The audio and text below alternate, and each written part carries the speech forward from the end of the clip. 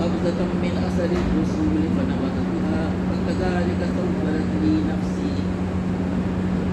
قال فاذهب فإن لك في الحياة أن تقول لا مساس وإن لك موعدا لن تخلفه وانظر إلى إلهك الذي ظلت عليه عاكفا لنحرقنه ثم لننسفنه في اليم نسفا إنما إلهكم الله الذي لا إله إلا هو وسع كل شيء علما كذلك نقص عليك من أنباء ما قد سبق وقد آتيناك من لدنا ذكرا من أعرض عنه فإنه يحمل يوم القيامة وزرا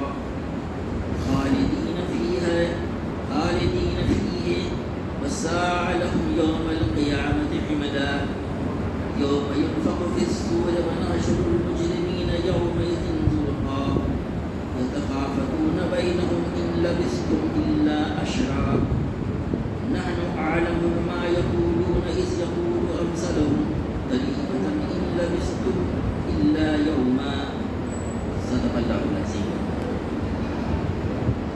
یہ سورہ طٰہٰ کے چوتھے رکوع کی 10 آیات تلاوت کی گئی ہیں 95 تا 104. اس میں 2 مضامین ہیں. شروع کی 4 آیتوں میں حضرت موسیٰ علیہ السلام کا واقعہ جو چل رہا تھا پچھلے کئی ہفتوں سے اس کا اختتام ہے اور اس کے بعد سے آخری شروع ہوتا ہے اور وہ 99 سے 104 تک جس میں کی قرآن موضوع ہے. جیسا آپ کو یاد ہوگا کہ سورہ طٰہٰ کا موضوع قرآن ہی سے شروع ہوا تھا. تنزیل قرآن کا ہے کیا, اس کا مقام کیا, اس کا مطالبہ کیا ہے. پھر بیچ میں حضرت موسیٰ علیہ السلام کی سرگزشت سنائی گئی ہے وہ جو اس سورہ سے مناسبت رکھتی تھی اور آخر میں پھر وہی مضمون آ رہا ہے. پہلے اس کا ترجمہ سماعت فرمائیں جو آج آیت تلاوت کی گئی ہے. موسیٰ علیہ السلام نے کہا اور سامری تیرا کیا معاملہ ہے؟ اس نے جواب دیا میں نے وہ چیز دیکھی جو ان لوگوں کو نظر نہ آئی. بس میں نے رسول کے نقش قدم سے ایک مٹھی اٹھا لی اور اس کو ڈال دیا. میرے نفس نے مجھے کچھ ایسا ہی سمجھایا. موسیٰ علیہ السلام نے کہا اچھا تو جا, اب زندگی پر تجھے یہی پکارتے رہنا ہے کہ مجھے نہ چھونا اور تیرے لیے باز پوس کا ایک وقت مقرر ہے جو تجھ سے ہرگز نہ ٹلے گا. اور دیکھ اپنے اس خدا کو جس پر تو رجھا ہوا تھا اب ہم اسے جلا ڈالیں گے اور ریزہ ریزہ کر کے دریا میں بہا دیں گے. وہ تمہارا خدا تو بس ایک ہی اللہ ہے, اس کے سوا کوئی اور خدا نہیں ہے, ہر چیز پر اس کا علم حاوی ہے. اے نبی صلی اللہ علیہ وسلم اس طرح ہم پچھلے گزرے ہوئے حالات کی خبریں تم کو سناتے ہیں اور ہم نے خاص اپنے ہاتھ سے تم کو ایک ذکر درس نصیحت عطا کیا ہے. جو کوئی اس سے منہ موڑے گا وہ قیامت کے وہ سخت بار گناہ اٹھائے گا اور ایسے سب لوگ ہمیشہ اس کے وبال میں گرفتار رہیں گے اور قیامت کے دن ان کے لیے اس جرم کی ذمہ داری کا بوجھ بڑا تکلیف دہ ہوگا. اس دن جب یہ سور پھونکا جائے گا اور ہم مجرموں کو اس حال میں گھیر لائیں گے کہ ان کی آنکھیں دہشت کے مارے پتھرائی ہوئی نیلیوں ہوں گی. آپس میں چھپ کے کہیں گے کہ دنیا میں مشکلی سے تو کوئی 10 دن گزارے ہوں گے. ہمیں خوب معلوم ہے کہ وہ کیا باتیں کر رہے ہوں گے. ہم یہ بھی جانتے ہیں کہ اس وقت ان میں سے جو زیادہ سے زیادہ محتاط اندازہ لگانے والا ہوگا وہ کہے گا نہیں, تمہاری دنیا کی زندگی بس 1 دن کی زندگی تھی. اس کی شروع کی آیتوں میں سامری کا ذکر آیا. آپ جانتے ہیں اس میں حضرت موسیٰ علیہ السلام کے بچپن سے اور فرعون کے وہاں ان کے جو پرورش اس کا ذکر کیا گیا تھا. پھر وہاں سے آپ جو آزاد کرا کر کے لوگوں کو دریا نیل سے اس میں سمندر سے گزار کر کے آپ آئے اور پھر ان کی قوم جو ہے جو ایک زمانے سے ذہنی غلامی میں مبتلا تھی فرعونیوں کے وہاں, ان کی حالت یہ تھی کہ جب انہوں نے کسی ایک خود خانے میں بتوں کو پوچھتے دیکھا بچڑے کو تو وہ ڈیمانڈ کر بیٹھے اے موسیٰ ہمارے لیے ایسی ایک معبود بنا دیں. اللہ کا نبی موجود ہے, یاد رہے یہ مسلمان لوگ تھے, بگڑے مسلمان والی. جو کچھ ہوا وہ اس کی تفصیلات آپ کے سامنے آئی ہیں. پھر وہ اللہ تبارک تعالیٰ سے ملاقات کے لیے اور اللہ تعالیٰ نے ان کو بلایا تھا توحید کی دینے کے لیے، ان کو احکامات دینے کے لیے، شریعت دینے کے لیے، تو اپنی قوم کو چھوڑ کر کے حضرت ہارون اسلام کے سپرد کر کے ان کی نگہداشت کرنا، دیکھو گمراہ نہ ہونے پایا، آپ وہاں پہ گئے. اور اس کے بعد سے آپ جانتے ہیں کہ اللہ تعالیٰ نے پوچھا ان سے کہ تم جلدی کیوں چلے آئے؟ کہنے کہ شوق میں آ گیا آپ سے ملاقات کی، یعنی بات چیت ملاقات کیا اللہ تعالیٰ سے. تو کہا کہ تیرے پیچھے جو ہے فتنے میں ڈال دی گئی قوم، سامری نے انہیں گمراہ کر دیا. وہ تفصیلات آپ کے سامنے آ چکی ہیں کہ یہ لوگ زیورات کے بوجھ سے ڈٹے ہوئے تھے. زیورات آج بھی آپ جائیں کہ میری لسٹ میں تو آپ دیکھیں گے کہ وہاں کی عورتیں بہت زیادہ زیور پہنتی ہیں، اور اس کو پہن کے چلنا، خاص طور سے پہلے چلنا ہوتا ہے بڑا مشکل ہوتا ہے. اس لیے لدے ہوئے تھے، اس کو ہم نے اتار کے دیکھتے اس کی ترکیب بتائی گئی ہے. اور سامری نے ان کو ڈھال کر کے گری میں وہ ماہر تھا، اس نے کچھ ایسی ترکیب لگائی جو ماہر فنکار ہوتے ہیں وہ کر سکتے ہیں. ایسی کچھ اس میں فنیلنگ کی جائے، ٹنیلنگ کی جائے کہ ہوا ادھر سے گزرے تو مائیں مائیں کی آواز آنے لگے. بس یہی ہے. اور کتنی گمراہ قوم ہو جاتی ہے. یاد رہے میں بار بار کہہ رہا ہوں، جب بگڑے ہوئے مسلمان کے علماء یہی لکھا ہے ہم جیسی حالت ہے کہ وہ کہہ رہے ہیں کہ یہی ہمارا معبود ہے اور یہی معبود موسیٰ کا بھی ہے. پر ناصر اللہ اکبر بھول گیا، کہاں چلا گیا طور پہ اللہ سے ملاقات کرنے. اس کا معبود تو یہ ہے، یہاں تک کہاں بیٹھے. قوم کا حال جب یہ ہوتا ہے ایسے ہی ہوتا ہے. لیکن مسلم کے ساتھ یہ معاملہ کرتا ہے. حضرت موسیٰ اسلام واپس آئے، اس کی تفصیلات آپ کے سامنے آ چکی ہیں. آپ نے سب سے پہلے ان لوگوں سے دریافت کی کہ کیا کیا، جن کو آپ نے وہاں کا ذمہ دار بنایا تھا. 10-12 جتنے لوگ تھے انہوں نے اپنے کوئی تعویل پیش کی، وہ آپ کے سامنے آ چکی ہے. ترتیب دیکھیے، بہت امپورٹنٹ ہے. قرآن پاک ہر چیز میں نصیحت ہوتی ہے. معاملہ کیا ہے؟ کفر اور شرک میں امت گمراہ ہوئی ہے. ایک شخص نے گمراہ کیا ہے، سب معلوم ہے، اللہ تعالیٰ نے خود بتا دیا ہو. لیکن پوچھتے کہاں سے ہیں؟ گمراہ لوگوں سے. ان کی ذمہ داری تھی، اپنے عقل سے کام لیتے. ان سے پوچھا، انہوں نے کوئی تعبیر کی.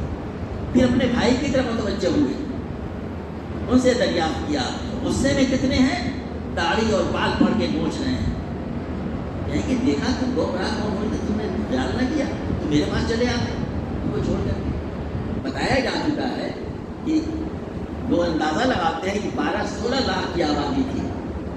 اور مفسرین نے لکھا ہے روایتوں کے ذریعے سے، جیسے بھی لکھا ہو، کہ کل تعداد مومنین کی جو ان کے ساتھ 12,000 تھی. 1% سے بھی کم یہ مومنین تھے صحیح معنوں میں، جو آپ کے ساتھ مومن تھے. باقی تمام کے تمام لوگ اس شرک اور بت پرستی مبتلا ہو گئے تھے. اس میں بھی 2 گروہ تھے. ایک گروہ کا کہنا یہ تھا کہ ہم تو اسی کی پوجا کرتے رہیں گے جب تک کہ موسیٰ واپس نہیں آ جاتے. اور دوسرا گروہ جو سب سے بڑا منافق پکا تھا، وہ کہتا اس کے آنے کے بعد بھی نہیں کرتے رہیں گے. یہ تھے وہ لوگ. اب اس کے بعد حضرت موسیٰ السلام آج کے اس میں جو ہے اصل جو اس کا مجرم تھا اس کی طرف متوجہ ہوتے ہیں. قال فما خطبک یا سامری، موسیٰ نے کہا اور سامری تیرا کیا معاملہ ہے. ایک بات میں اور عرض کر دوں صرف اس کے لیے تاکہ تکمیل کے لیے کہ حضرت موسیٰ علیہ السلام نے جو ان سے پوچھا اپنے حضرت ہارون اسلام تو ان کے بھائی تھے، انہوں نے کہا کہ تو نے ان کو گمراہ ہو کے دیکھا تو میری اتباع تو نے کیوں نہیں کی. اس پہ علماء نے بڑی باتیں اچھی لکھی ہیں. دونوں نبی ہیں. حضرت موسیٰ علیہ السلام کا کہنا یہ ہے کہ تم نے دیکھا قوم گمراہ ہو رہی ہے تو تمہیں ان کو چھوڑ کر کے اور میری بھی اتباع کرنی چاہیے تھی. چھوڑ دیتے ہیں یہاں سے، میرے ساتھ میرے پاس آ جاتے. آپ کیا فرماتے ہیں؟ وہ بھی نبی ہیں. ان کا اجتہاد یہ تھا کہ نہیں، اگر میں نے یہاں سے کوئی دوسرا قدم اٹھایا تو یہ لوگ جو ہے آپس میں خانہ جنگی ہو سکتی ہے.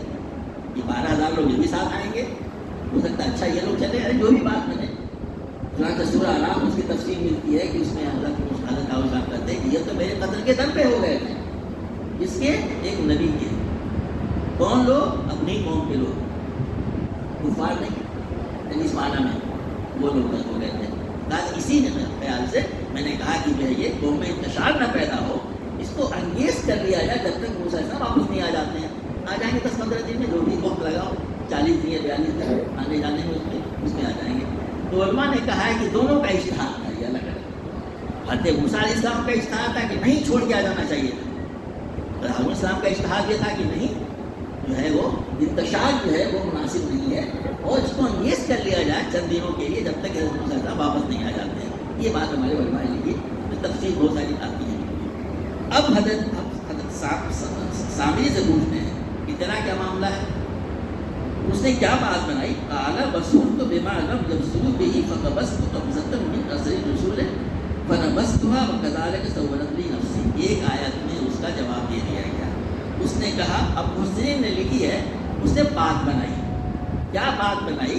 کہ وہ بات نہیں، قرآن اس کی وہ تصدیق نہیں کر رہا ہے، ایسے ہی ہوا تھا.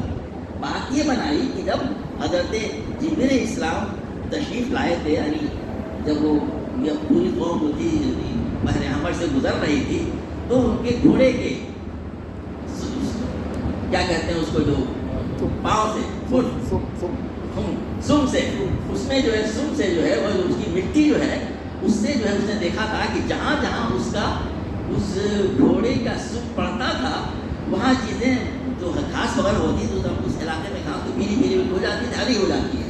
اس کے دماغ میں ہے وہ اس کا بیان یہ ہے، قرآن کی تصدیق نہیں کر رہا ہے. اس میں تو جہاں پڑ جاتی ہے، جہاں جہاں وہ وہاں کی مٹی ڈالی جاتی ہے، تو میرے دماغ میں یہ آیا کہ میں بھی اس سے کچھ کارستما دیتا ہوں. تو لوگوں نے کہا ہے کہ اس کو اپنے اوپر جو ہے کشف کا وہ ڈھونڈ رچا رہا ہے، مجھے کشف ہوا ہے، اس کے ذریعے سے ہم بھی جان ڈال سکتے ہیں. تفصیلات آپ کے سامنے ہو چکی. ان کا کہنا یہ تھا کہ صاحب میں نے یہی کام کیا تھا اس کے اندر میں، اور اس نے جو ہے بات یہ بنائی کہ وَكَذَلِكَ سَوَّلَتْ لِي نَفْسِي، میرے نفس نے مجھے یہی چیز جو ہے کیا کہتے ہیں کہ ایسے ہی سجھایا. یہ اس نے بات بنائی اپنی کرنے کے لیے. ایک محسن نے بڑی عمدہ بات دی کہ اس نے ذہنی رشوت حضرت موسیٰ اسلام کو دینے کی کوشش کی. انہوں نے یہ چیز تفسیر کی ہے. اس نے کہا، انہوں نے لکھا ہے، اس نے یہ کہا حضرت موسیٰ اسلام کہ جب آپ جا رہے تھے تو میں نے آپ کے خاک پا سے کچھ مٹی اٹھا لی تھی، تو یہ تو آپ کے خاک پا کا کرشمہ ہے، اس کو میں نے ڈال دیا، اس میں جانا گئی تھی. یہ سارے کام کرتے ہیں یہ لوگ، یہ جو فسادی ہوتے ہیں، منافقین ہوتے ہیں اس کے اندر میں. یہ بات ہی اچھی لگی کہ اچھی تعبیر ہے. اس نے ڈائریکٹ انہیں کو ذہنی رشوت دینے کی کوشش کی. ظاہر ہے کہ سارے ٹھوک باتیں تھی، غلط باتیں تھی. بات اس کے پہلے غیر غلطی تھی. اس نے پوری قوم کو گمراہ کیا تھا. وہ قوم جو ابھی غلامی سے آئی تھی اور ابھی اس کے ذہن میں ذہنی غلامی کے اندر اثرت میں تھی. آپ نے کہا قال فاذهب فإن لك في الحياة أن تقول لا مساس وإن لك موعدا لم تخلفه. تو انہوں نے حضرت موسیٰ اسلام نے کہا تو چلا جا، فاذهب إلى تذکار، چلا جا یہاں سے، اور تیرے لیے جو ہے کیا کہتے ہیں کہ تیرے لیے زندگی بھر تجھے پکارتے رہنا ہے کہ مجھے نہ چھو. مختصر میں سزا جو بیان کی گئی ہے لیکن بہت بڑی سزا ہے. اس کے پہلے یاد ہوگا آپ کو، یہ سورہ بقرہ یا سورہ آراف میں آ چکا ہے. سورہ بقرہ میں ہی یاد آتا ہے مجھے، جس میں کہ سب کے دین کو توڑنے میں سورہ بقرہ میں اس کا ذکر ہے کہ اس میں ان کو سزا دی گئی تھی، ان تمام لوگوں کو جو اس کے مرتکب ہوئے تھے سب کے قانون کو توڑنے کو ان کو قتل کیا گیا تھا. اور یہاں اس کو کیا سزا دی گئی ہے؟ لامساس، مجھے نہ چھو. بائبل کے جو 5 کتابیں ہیں یعنی اولڈ ٹیسٹمنٹ کے، اس میں ایک کتاب احبار ہے، ڈیوٹرونومی. اس کے بعد میں یہ لکھا ہوا ہے ان کے وہاں سزا یہ تھی کہ کسی کو جو ہے یعنی کیا کہتے ہیں سوشل بائیکاٹ کا طریقہ یہ ہوتا تھا کہ ان کو قوم سے بالکل نہ وہ کسی سے بات کرے گا نہ اس سے کوئی بات کرے گا، تو بالکل دور کر دیا تھا، سماج سے کاٹ دیا جاتا تھا. کوڑ کے مریض کے لیے سزا تجویز کی گئی تھی کہ وہ اپنے سر کو ڈھانکے رہے گا، بال نوچے رہے گا، کپڑے پھاڑے رہے گا، گوڑ کو ڈھک کر کے، اور کہے کرے گا میں ناپاک ہوں، میں ناپاک ہوں، دور رہو دور رہو، اور ہے ہی وہ ناپاک. یہ وقت تک سزا رہے گی جب تک اس سے وہ چیز دور نہ ہو جائے. یہ بائبل کے الفاظ سے ہمارے الفاظ سے ترجمانی ہے. اسی قسم کا لوگوں نے کہا ہے کہ صاحب یہ جو نفاق کا مرض تھا، یہ جو شرک و کفر تھا، یہ تو اس سے بڑا مرض ہے. اس کو یہ سزا دی گئی تھی کہ زندگی بھر تو اب یہ کہے گا نامزا تجھے کوئی نہ چھوئے اور نہ وہ کسی کو چھوئے. بہت بڑی سزا ہے زندگی بھر کے لیے. پورے سوسائٹی میں ایک آدمی کہتا پھرے مجھے نہ چھوئے، لامثال، don't touch me, don't touch me, خود بھی نہ چھوئے دوسرے اس کو نہ چھوئے. اور بھی کہا ہے اور قیامت اس کے لیے جو ہے ایک اور وقت مقرر ہے پاس پوچھ کا، وہ تو ہرگز نہ ٹلے گا. یہ تو دنیا کا عذاب ہے، جب تک تو جیے گا تب تک تیری سزا یہ ہے. اور آخرت کا عذاب تو ٹلنے والا نہیں ہے، وہ تو بہت بڑا عذاب ہے. یہ سزا آپ نے اس کے لیے تجویز کی. ظاہری کی سزا جیسا کہ بتایا گیا تھا کہ تو بائبل میں یہ بات سزا موجود ہے، موجودہ توریت میں بھی. اب رہا بات اس نے جو معبود بنایا تھا بچڑا، تو شرک اور کفر جو ہے بہت ہی بری چیز ہے، اس کے آثار کو بھی ختم انبیاء کرام کرتے ہیں. دیکھ منظور الہی کا لذی زنت علیہ عاکفا، اب دیکھ یہ جو تیرے معبود جو ہے اس پہ تو بجھا ہوا تھا، یعنی جو تم نے بنایا تھا، اس کا ہم کیا انجام کریں گے؟ آگے کہا جا رہا ہے اس کو ہم جو ہے اسے جلا ڈالیں گے اور اسے ریزہ ریزہ کر کے دریا میں بہا ڈالیں گے. اس میں کچھ لوگوں نے سوال کیا ہے کہ صاحب یہ تو میٹالک تھا، سونے چاندی کا بنا ہوا، تو اس کے جلانے کے کیا معنی ہے؟ جلانے والی چیز تو لکڑی ہوتی، کپڑا ہوتا، باڈی ہوتی ہے. اس میں جو ہے اللہ تعالیٰ فرماتا ہے اور دوسرے کہا گیا جلا ڈالنے میں جو ہے کہ پہلی بات میں اس پہ غور کر رہا تھا اور میں دیکھ رہا تھا اپنے سائنس کا طالب علم ہوں کہ وہ جو ہے جو چیز نے بنائی تھی وہ خالص ایک میٹل کا نہیں تھا سونے کا، بلکہ وہ سونے زیورات تھے. اب زیورات سونے کے بھی ہوتے ہیں، چاندی کے بھی ہوتے ہیں، کچھ اور بھی میٹلس ہو سکتے ہیں، کچھ اور بھی چیزیں ڈالی، اسے وہ گلا کے بنایا. کیا چیز بنا ڈالی تھی وہ؟ تو وہ کوئی ایسا گولڈ جسے آورت کہتے ہیں وہ نہیں تھا جو ہوا میں آکسیڈائز نہ ہوتا، بلکہ ایسی چیز ہو سکتی ہے جو ایک ایسا میٹل بن جائے، ایک ایسا الوائے بن جائے کہ جس کو پانی سے بہت زیادہ گرم کیا جائے تو وہ برٹل ہو جائے. ویسے اللہ تعالیٰ فرما رہا ہے تو کیا گیا، لیکن اس کی تعبیر یہ کی جا سکتی ہے کہ خالص گولڈ نہیں تھا، تمام کے تمام زیورات کی چیز نہیں ہوگی. اللہ تعالیٰ کا تو اللہ کے نبی فرماتے ہیں اس کو جلا ڈالیں گے اور اس کی بے عزتی کرنا، ایک نا جلا ڈالنا اور اس کو ریزہ ریزہ کر کے بالکل ختم کر دینا، ان کو نیست و نابود کر دیا ہے. یہ کریں گے اس کے ساتھ، دیکھ لیں اس کا ہم نے کیا انجام کیا. اب اس شرک اور بت پرستی بلکہ کفر کا سدباب کرنے کے بعد سے اب آپ توحید کی وہ بات فرماتے ہیں. یہ تمہارا معبود تھا. اس میں ایک چیز جو ہے شروع میں آئی تھی کہ وہ جو ہے جب اس کے اندر آواز نکلتی تھی بچے قرآن میں کہا گیا تھا کہ کیا انہوں نے دیکھا نہیں کہ نہ تو نقصان پہنچا سکتا ہے نہ کوئی فائدہ پہنچا سکتا ہے. تو مجھے ایک ذرا تفصیل بڑی اچھی ملی. یہاں نقصان فائدے سے کیا مراد ہے؟ کہنے کی تو بچڑے ہی کو لے لو، ایک تو لیو بچڑا ہوتا ہے کاف جسے کہتے ہیں، وہ سینگ مار دیتا ہے، نقصان ہوا. لاکھ مار دے گا، نقصان ہوا. اور فائدہ کیا؟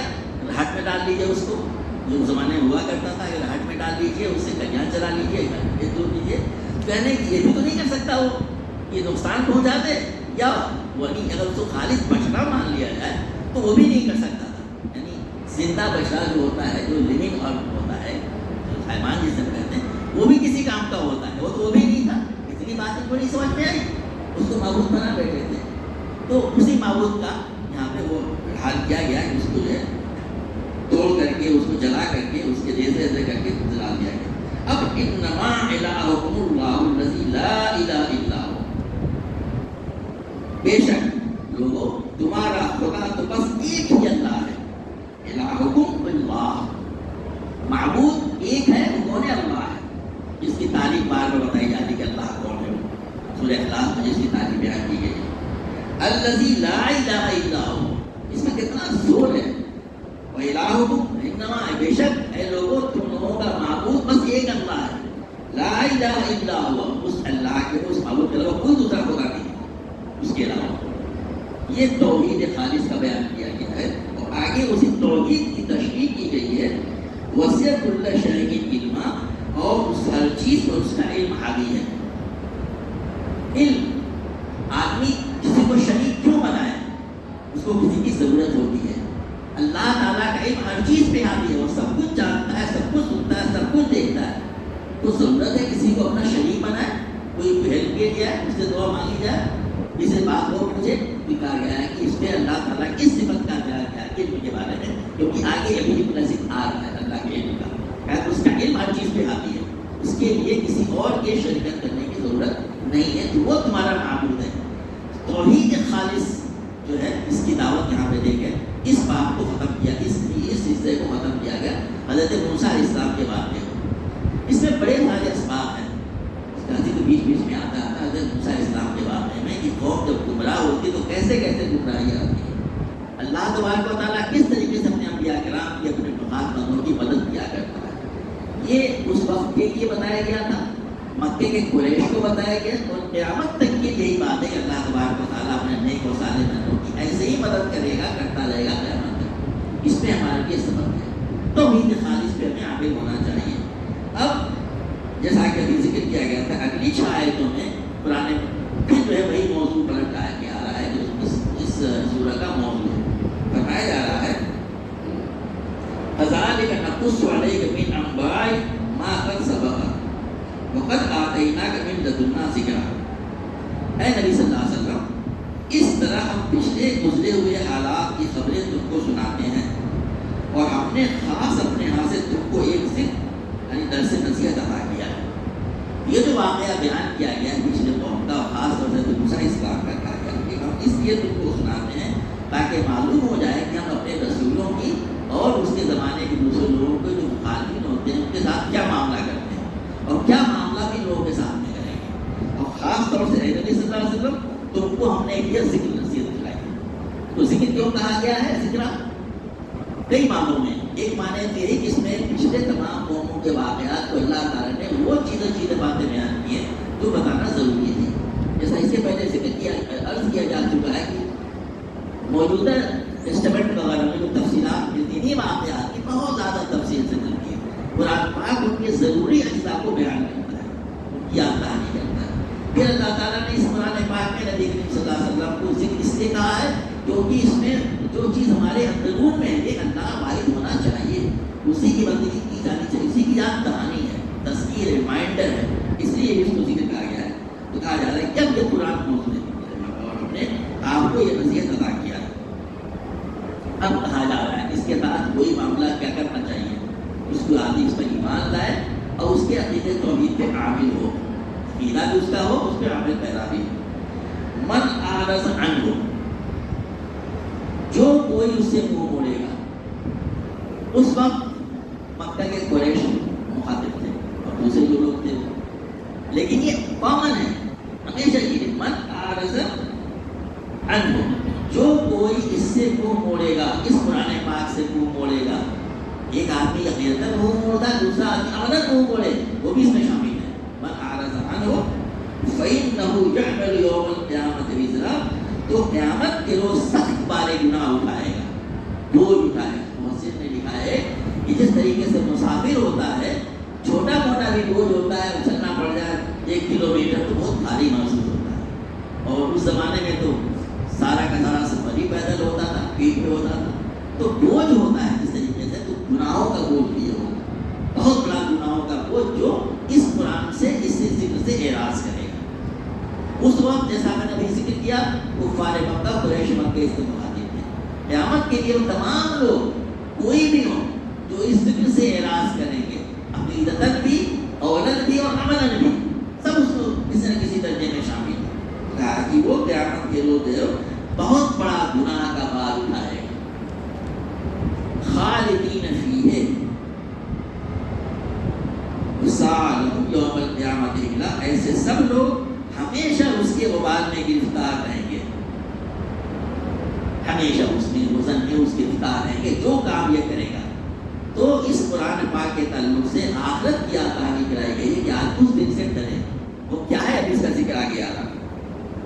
یوم ینفخ فی الصور ونحشر المجرمین یومئذ زرقا. قیامت کے دن ان کے لیے اس مجرم ظلم کی ذمہ داری کا بہت بڑا تکلیف دہ ہوگا, یہ بتائی گئی ہے. اس کے بعد سے کہا جاتا ہے اس دن جب سور پھونکا جائے گا. سور کے بارے میں بار بار ہم سنتے ہیں, ایک طرح کا وہ سائرن اور بگل ہے. آپ جانتے ہو, یاد ہوگا, اب تو اس کا نہیں سنائی پڑا بہت دنوں سے, ورنہ جو ہوتا جب جنگی حالات ہوا کرتے تھے تو کہا جاتا تھا کہ جب یہ سائرن بجے تو سب لوگ جو ہے محفوظ مقامات پہ چلے جائیں. کوئی دوسرے مقامات پہ چل کے جائے کی حالت ہوتی ہے کہ وہ سڑکوں میں گھس جائیں, وہاں پہ سیف پلیسز سے گھس جائیں جس پہ اثر نہ ہو. اس وقت اس کی حیبت تاری ہوتی ہے آدمی کے اوپر. اللہ وہ سائرن نہیں جو صحیح رفتار جو بچتا ہے, بلکہ وہ سائرن جو ہوتا ہے. قیامت کے بارے میں, سور کے بارے میں کہا کسی کی کوئی چیز ہوگی جو ہے جو پھونکا جائے گا, جس پہ جو ہے یہ تو پتا چلے گا کہ کچھ آواز آ رہی ہے. کہا جائے کہ ینفخ فی الصور, پھونکا جائے گا, لیکن یہ نہیں پتا چلے آواز آ کہاں سے رہی ہے. بس وہ کہا صاحب آواز آ رہی ہے اس کے لیے اور بس بھاگنا ہے, قیامت آ گئی. اس دن جو مجرمین ہیں, کون سے مجرمین, وہی لوگ جو نبی صلی اللہ علیہ وسلم کی دعوت کو ٹھکرا رہے ہیں, اس قرآن پر ایمان برا نہیں کر رہے، وہی مجرم ہے. وہ جو ہے اس سے کیا ہوگا کہ وہ اس حال میں گھیرے لائے جائیں گے، ناشر المجرمین، اکٹھے لائے جائیں گے. زرقا، زرق جو ہوتا ہے وہ نیلی آنکھ والے کو کہتے ہیں. زرق العین، مسئلے میں لکھا ہوا ہے کہ جو ہے وہ دشمن کے معاملے کے لیے بولتے تھے زرق العین، نیلی آنکھ والا. کیوں نیلی آنکھ والا؟ کیونکہ رومنس جو تھے ان کے دشمن تھے جو نارتھ میں پائے جاتے تھے، اور رومنس کے آنکھیں بلو ہوا کرتی تھی. اس وقت سے جو ہے نیلی آنکھ جو ہے آج کی شاعری میں خوبصورتی نہیں، بلکہ اس وقت میں جو ہے یہ دشمن کے معاملے میں بولا جایا کرتا تھا زرق العین. تو کہا جا رہا ہے کہ اس وقت جو ہے گھبراہٹ کی وجہ سے، دہشت کی وجہ سے ان کی آنکھیں نیلی ہو جائیں گی. آنکھ کی جو سرخی محل ہوتا ہے وہ نیل کیوں ہو جائے گا؟ کہا جا رہا ہے اس چیز کو ہے وحشت، دہشت کی وجہ سے، گھبراہٹ کی وجہ سے سور چکا جائے گا. جب اکٹھا ہوں گے لوگ تو یہ لوگ جو ہے اس میں سب گھیر کے لائے جائیں گے. آگے فرمایا جا رہا ہے اب جب گھیر کے لائے جائیں گے اپنے قبروں سے اٹھے سب نکل کے بھاگنا شروع. یتخافتون بینہم ان لبثتم الا عشرا. دنیا کا معاملہ یہ ہوتا ہے، اس کی طرف متوجہ بار بار کرایا جاتا ہے. آدمی سوچتا ہے ارے ابھی زندگی ہے پتہ نہیں کتنے سال کی، پھر موت ہوگی، پھر برزخ ہوگا، اس کے بعد قیامت ہوگی، کتنا لمبا ہے. لیکن جب وہ وقت آ جاتا ہے آخری تو لگتا ہے ارے پوری زندگی گزر گئی، گنوا ڈالی ہم نے. یہی ہوتا ہے بھگوان یہ بات نہیں. یہ اس وقت پتا چلتا ہے کہ زندگی ہماری اتنی مختصر تھی، ہم 70 پہنچ گئے، ہم 10 پہنچ گئے، اور سب ہم نے خاص طور سے غفلت میں گزار لیا، تب اور بھی زیادہ اس کا احساس ہوتا ہے. اور پھر یہاں پہ کہا جائے کہ یہ بات ہوئی. دوسری بات ہے کہ جب وہ قبروں سے اٹھیں گے تو آپس میں دہشت کا معاملہ یہ ہوگا کہ تیز تیز باتیں نہیں کریں گے، بلکہ چپ کے پوچھیں گے بھائی کتنے دن پڑے رہے ہوں گے، ایسے کتنا دن ہوا ہو ہم لیتے تھے سوئے تھے بھی. یتخافتون بینہم، آپس میں یہ سرگوشیاں کریں گے. کیا کریں گے سرگوشیوں میں؟ یہ مشکل سے 10 دن، ان لبثتم الا عشرا، تقریباً 10 دن اسے لیٹے رہے ہوں گے ہم لوگ. پتہ نہیں کتنا زمانہ گزرا، سینکڑوں سال، ہزاروں سال، لاکھوں سال، اور کیا لگ رہا ہے 10 دن. بتانا مقصود ہے کہ دنیا کے کی زندگی کو تو بڑی لمبی سمجھ رہے ہو، پھر یہ سمجھ لو جب آخرت ہوگی تو پتہ نہیں کتنے دنوں کے بعد آئے گی، وہاں احساس یہ ہوگا. بس 10 دن، اس 10 دن میں چاہے آدمی نے جتنا بھی ایسا آرام کیا ہوگا سب بھول جائے گا، سب ہوا ہو جائے گا. قیامت کی دہشت کو دیکھ کر اس کی اور ناکی کو دیکھ کر اللہ تعالیٰ اسی طرف توجہ دلایا جا رہا ہے. آدمی اس کو اتنی مرتبہ قرآن میں بیان کیا جا رہا ہے کہ آخرت بالکل نظر آنے لگی. اٹ از اے فیکٹ، ایسا ہونا ہے بالکل ایسے ہی جیسے کہ موت یقینی ہے ایسی آخرت بھی یقینی ہے. تو کہا جا رہا ہے اس دن باتیں کریں گے کہ وہ تقریباً 10 دن ایسے ہی رہے ہوں گے. اللہ تعالیٰ نحن اعلم ما یقولون، اللہ تعالیٰ کہہ رہا ہے کہ ہم زیادہ جانتے ہیں کہ وہ کیا باتیں کر رہے ہوں گے، ہمیں اس کا صحیح علم ہے. پھر کہا جا رہا ہے یہ قول امثلہم، اس میں جو سب سے زیادہ جو ہوگا لال بجھکڑ ہوگا، بہت زیادہ جاننے والا ہوگا، بہت مالوی اپنے کو لانے والا ہوگا، تو وہ کہے گا ان لبثتم الا یوما، نہیں 10 دن نہیں، بس 1 دن زیادہ زیادہ. دنیا کی زندگی کی باتیں ہیں، یہ تو آخرت والی بات بتائے گی. دنیا میں جو زندگی گزری تھی وہ تو لوگوں نے دونوں معنی میں لیے. ایک تو یہ بھی کہ جو اس میں کتنا وقت گزرا، کتنا مرنے کے بعد پڑے ہوئے تھے، اور کچھ لوگوں نے اس کے بارے میں بھی لیا ہے کہ دنیا کی زندگی کے بارے میں لکھا ہوا ہے. یعنی وہ بھی دونوں حکم مراد دیے جا سکتے ہیں کہ ہم یہ کتنے دن، 10 دن، 1 دن، زیادہ سے زیادہ 1 دن. تو اللہ تعالیٰ کہہ رہا ہے کہ لال کو جھگڑا والا معاملہ نہیں. علماء نے لکھا، مفسرین نے اللہ کہا کہ ہم زیادہ جانتے کیا باتیں کر رہے ہیں. جو بہت زیادہ اپنے کو نالجبل سمجھے گا، بہت زیادہ نالج والا، وہ کہے گا کہ نہیں 1 دن سے زیادہ نہیں. اب آدمی خود سوچ لے 1 دن میں 24 گھنٹے ان میں 60 منٹ 19 سیکنڈ میں ایک لمحہ ایک سیکنڈ آدمی ایسے کا گزرا ہوا ہو، ایک گزرتے کیسا لگتا ہے آدمی کو؟ صبح ہوتی بھی شام ہو جائے کرتی نہ ہوتی تھی. اس زندگی کے بارے میں کہا جا رہا ہے کہ یہ معاملہ ہوگا تو آدمی اس آخرت کے بارے میں جو ہمیشہ ہمیشہ والی زندگی ہے، جو قیامت کے دن میں جو بالکل فیکٹ ہے. اسی لیے یہی سے آخرت کا اس کا موضوع شروع ہوا تھا، اور یہی اختتام کے بعد پھر ایک بات شروع ہو رہی ہے. قیامت کا منظر ہے، یہ وہ بات یقینی ہے. اور میرے بھائیوں بزرگوں، سب سے پہلے میں خود مخاطب ہوں، یہ آخرت کا تصور ہمارے ذہن میں اتنا تازہ ہوگا کہ زندگی کی دنیا کی زندگی جتنی ہو 60 70 80 90 جتنی بھی ہو، کہیں اسے بھی کم کہا گیا. آخر زندگی اصل زندگی ہے. آدمی جو ہے وہ غفلت والی زندگی نہ گزارے. آدمی وہ زندگی گزارے جو اللہ کے رسول کو قرآن و حدیث میں دیا ہوا ہے. اللہ تعالیٰ تو اس طرح کی زندگی گزارنے کی آخرت کا فکر، آخرت کا کے بارے میں ہمارا استدار بالکل ہمیشہ تازہ رہے کہ قیامت ہونی ہے، آخرت ہونی ہے، اور ہمیں ان چیزوں کا حساب دیا جانا. اور قرآن یہ جو ذکر ہے اس میں ہمیں کیا کرنا ہے کیا نہیں کرنا ہے. پچھلی قوموں نے جو غلط کیا تو اس کی کیا نتائج ہوئے، اچھی کام کیے تو کیا نتائج ہوئے. مختلف قسم کے حالات میں آزمائش کے سخت آزمائش میں اللہ تعالیٰ کیسے اپنے بندوں کی مدد کرتا ہے، ان تمام کی رہنمائی قرآن پاک سے ملتی ہے. اللہ تبارک و تعالیٰ نے قرآن پاک کو پڑھنے، اس کو سمجھنے، اس پر عمل کرنے کی توفیق عطا فرمائے. ربنا تقبل منا انک انت السمیع العلیم وتب علینا انک التواب الرحیم. سبحان ربک رب العزۃ عما یصفون وسلام علی المرسلین والحمد للہ رب العالمین. ایک میں اعلان چھوٹا سا کرنا چاہتا ہوں. ہم ہر سال سمر میں ایک چھوٹا سا پروگرام کرتے ہیں جس میں کہ سمر اسلامک کیمپ کے نام سے ہم لوگوں کے بچے ایسے اسکولوں میں پڑھتے ہیں آج کل کے انگلش میڈیم میں، جس میں کہ وہ ان کو اسلام کے بارے میں معلومات، بس وہی چند چیزیں معلوم ہوتی ہے کہ رمضان کے مہینے میں روزے رکھے جاتے ہیں، 5 وقت کی نماز ہوتی ہے، عمل کرتا نہیں ہے امٹیریل. اب جتنے طرح کے سوالات اور اتنے طرح کے تعداد بچوں کو پیش آتے ہیں، لوگ واقف ہوں گے جو اسکولوں میں پیش آتے ہیں. ایسے بچوں کی ٹریننگ کے لیے ہم 6 درجے سے 10 درجے کے بچوں کے لیے اسلامی کیمپ لگاتے ہیں. 1 جون سے 1 سے 7 جون تک ہوگا. یہ 8 بجے سے 10 بجے صبح. اس میں اسکالرس اور علماء کرام ان کے لیکچرز دیتے ہیں، اور ان کے لیے ہم ریڈنگ مٹیریل پرووائڈ کرتے ہیں، کافی کتاب پرووائڈ کرتے ہیں، اور ناشتہ بھی دیتے ہیں تاکہ وہ سیکھیں. ان کا ٹیسٹ لیتے ہیں، ان کو سرٹیفکیٹ بھی دیتے ہیں. ہم آپ سے درخواست کرتے ہیں کہ ہمارے پاس بچہ ہے، جو ہے آپ لوگ جو ہے اپنے بچوں کو، اپنے پوتے پوتیوں، نواسے نواسیوں کو اس طرح متوجہ